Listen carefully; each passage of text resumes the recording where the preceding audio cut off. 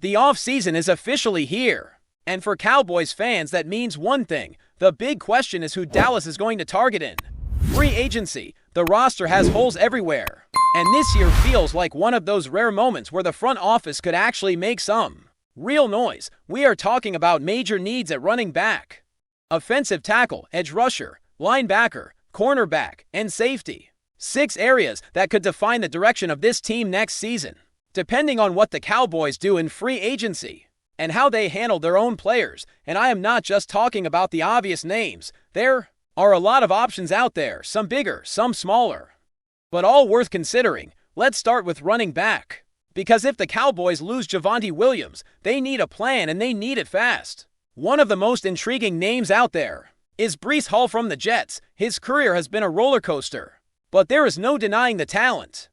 If he is truly looking to leave New York, he will be near the top of a lot of teams' wish lists. He might even be the best running back available, possibly even better than Javonte. The issue with Hall has been the supporting cast around him, and the fact that the Jets never built a run-first identity that fits his skill set. He is explosive, can make defenders miss, and he can change a game when he is in the right system. For Dallas, that could be huge, especially if they want to take pressure off the passing game and get the offense back to being balanced. If you want a more consistent and reliable option, Travis Etienne is still very much in the conversation. We have talked about him before, and the truth is he has not been as dynamic or efficient as Javonte Williams was when healthy. But the guy has multiple seasons with 1,000-yard rushing performance, and that kind of consistency matters. He might not be the flashiest option, but he fits the mold of what Dallas needs: a back who can handle volume, protect the football, and contribute in the passing game. If you want a runner with a bit more juice and explosiveness, Etienne is still a solid pick. Another name to keep an eye on is Kenneth Walker from Seattle. He had a strong season, clearing 1,000 yards, and he has shown he can be productive when healthy. The Seahawks have had injury issues and have not always been efficient in the run game, but they have remained committed to it. Walker did not get the goal line work consistently, but he still proved he can be a reliable, physical runner. If Dallas is looking for someone who can grind it out and help control the clock, Walker fits that role. Then there is J.K. Dobbins, a player we have discussed a lot over the last year. The biggest question with Dobbins is always the same: can he stay healthy? When he is on the field, he is a difference maker. He is explosive, tough, and can break tackles in a way few backs can. But injuries have been a major issue, and that makes him a risky investment. If Dallas is willing to take a chance, Dobbins could be a massive upgrade. It is just a question of whether he can stay on the field long enough to justify the contract. And if the Cowboys lose Javonte and want a cheaper option, Tyler Allgeier could be a dark horse candidate. He has been doing a lot of outside zone work in Atlanta, but he has shown he can be more effective when he is not solely reliant on that scheme. Interestingly, he tends to play well every other year and then has a down year. He is the kind of player who could be had for a lower price if the Cowboys get priced out of the top running back market. But make no mistake, the priority for Dallas should be re-signing Javonte Williams if they can, because he fits the system and has already shown what he can do when healthy. Now let's talk offensive tackle, because if the Cowboys decide to move on from Terrence Steele, the options out there are not exactly inspiring.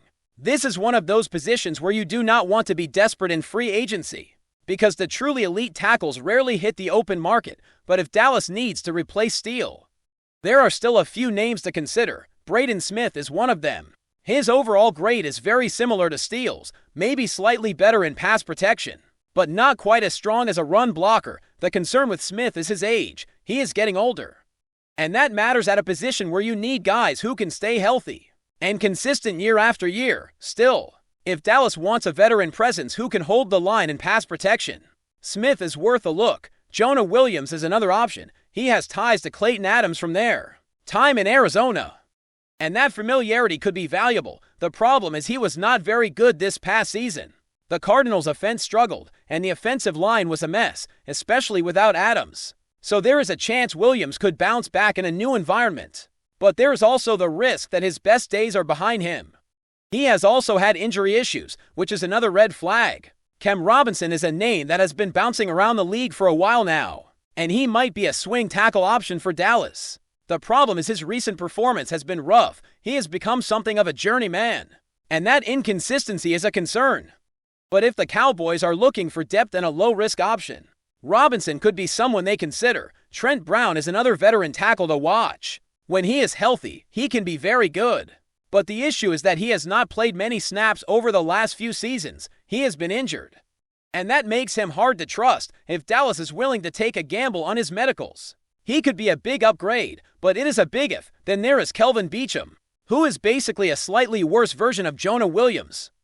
The problem with the offensive tackle market is that there just are not many great options. If you cut Terrence Steele, you are likely looking at a group of players who are either past their prime or have significant injury concerns.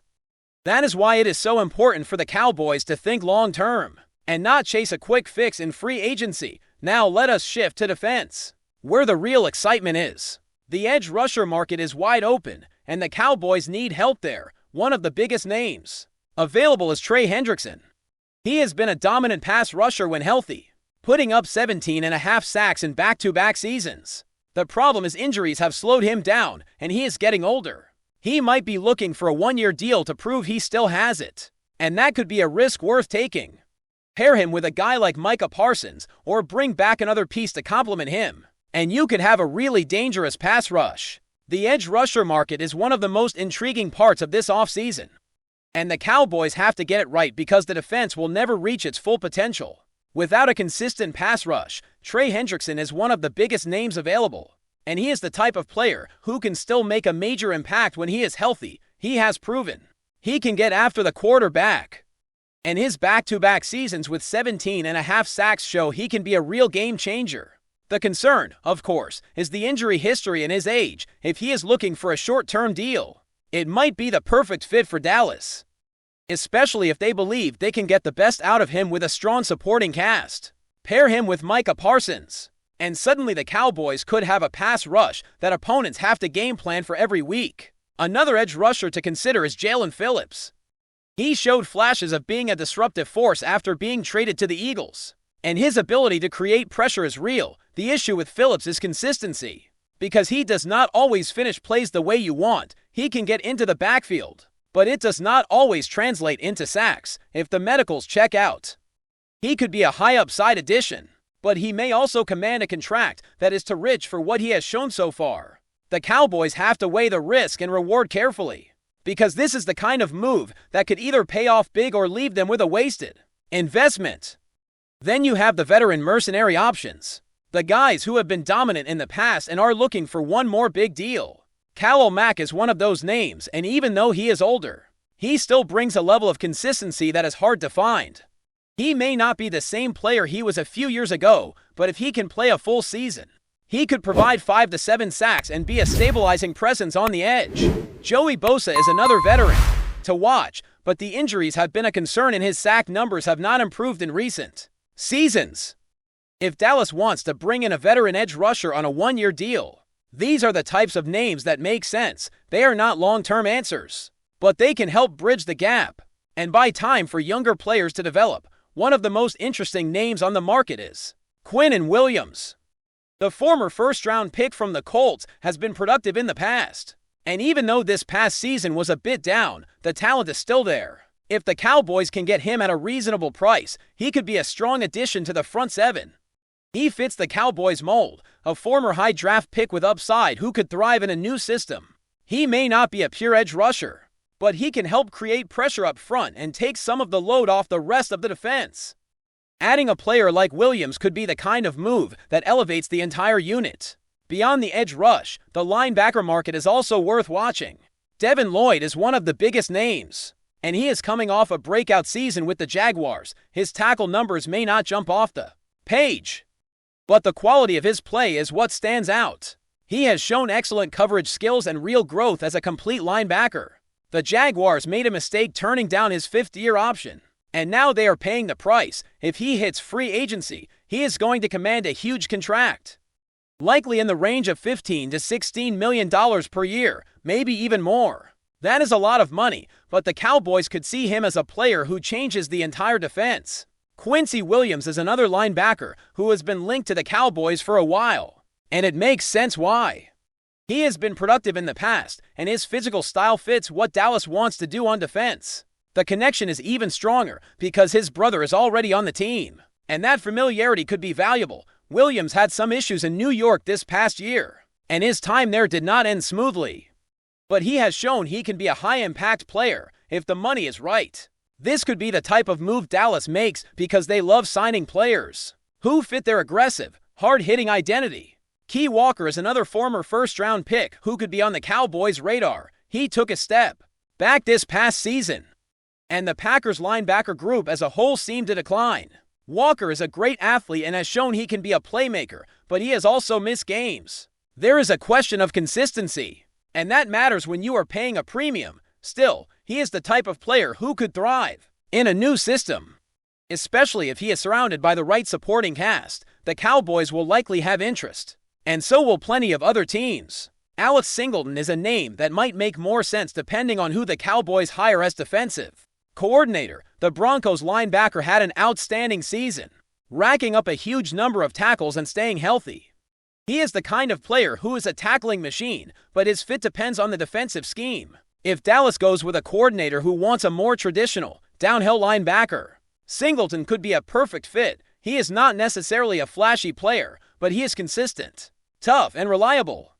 That kind of stability can be exactly what a defense needs. Eric Wilson is another linebacker to watch. He has been a bit of a journeyman, but he has shown he can produce in the right system. He played well in the Brian Flores defense this past year, and his tackle for loss numbers were impressive. The problem is he has not always been consistent over the long term, but if the Cowboys believe they can get the best out of him, he could be a solid addition. He is the type of player who can come in and contribute immediately, and sometimes that is exactly what you need now. The secondary is where the Cowboys have perhaps the biggest need, and the cornerback and safety markets are filled with names. One of the most interesting corners is Jamal Dean. The Cowboys may let him hit free agency, especially with the investments they have made in the quarterback room. Dean had a solid season, and his quarterback rating allowed was impressively low. He did not get beat often, and he was a steady presence on the outside. He is older and has had some health concerns, but if Dallas wants a proven piece on the outside, he stands out. Another corner to consider is Alani Taylor. He had a strong season with the Saints, showing inside-outside flexibility. His completion rate allowed was higher, but he made plays and had a good number of pass breakups. He also scored a few touchdowns, which shows he can be a playmaker. Taylor has been linked to several teams, and he could be a good fit for Dallas if they want a versatile corner who can play multiple roles. His value depends on what the Cowboys want to do schematically, but he is definitely a player worth monitoring. Before we roll on, subscribe to Cowboys Wire News. Drop a like and turn on the bell. Your support keeps the Dallas Cowboys updates coming. Tell us what you think in the comments. Whispers started circulating through league circles late last night, and by morning they had turned into a full-blown storm. Aaron Donald in a Cowboys uniform. While nothing has been officially confirmed beyond carefully chosen words and knowing smiles, the mere possibility has already sent shockwaves across the NFC. Sources close to the situation suggest Dallas has pulled off what many thought impossible, adding one of the most dominant defensive forces of the modern era to an already ambitious roster. The rumor gained fuel after Donald was reportedly seen around the Cowboys facilities, followed by comments attributed to the star defender promising a relentless hunt for the quarterbacks of the NFC East. For Cowboys fans, the phrase landed like a battle cry for rival offenses. It sounded more like a warning siren. Donald's reputation precedes him: explosive first step, unmatched strength, and an intensity that reshapes game plans before the opening snap. Even as speculation, the idea of him collapsing pockets in Dallas colors has defensive coordinators across the division nervously reworking protections inside the Cowboys organization. There is talk of a cultural impact as much as a tactical one. Donald is viewed not just as a pass-rushing upgrade, but as a statement signing, signaling that Dallas is ready to push all its chips to the center of the table. Teammates, according to insiders, are already buzzing about practices that suddenly feel faster, louder, and more unforgiving. Skeptics caution that until pen meets paper, rumors remain rumors. Yet in the NFL, perception often becomes reality long before announcements are made. If this move does materialize, the balance of power in the NFC East could shift dramatically. One thing is certain: the mere speculation of Aaron Donald wearing a star has already changed the conversation, and the hunt, at least in words, has begun. That's a wrap from Cowboys Wire News. For breaking Cowboys updates, subscribe, drop a like, and turn on the bell. Tell us your take in the comments.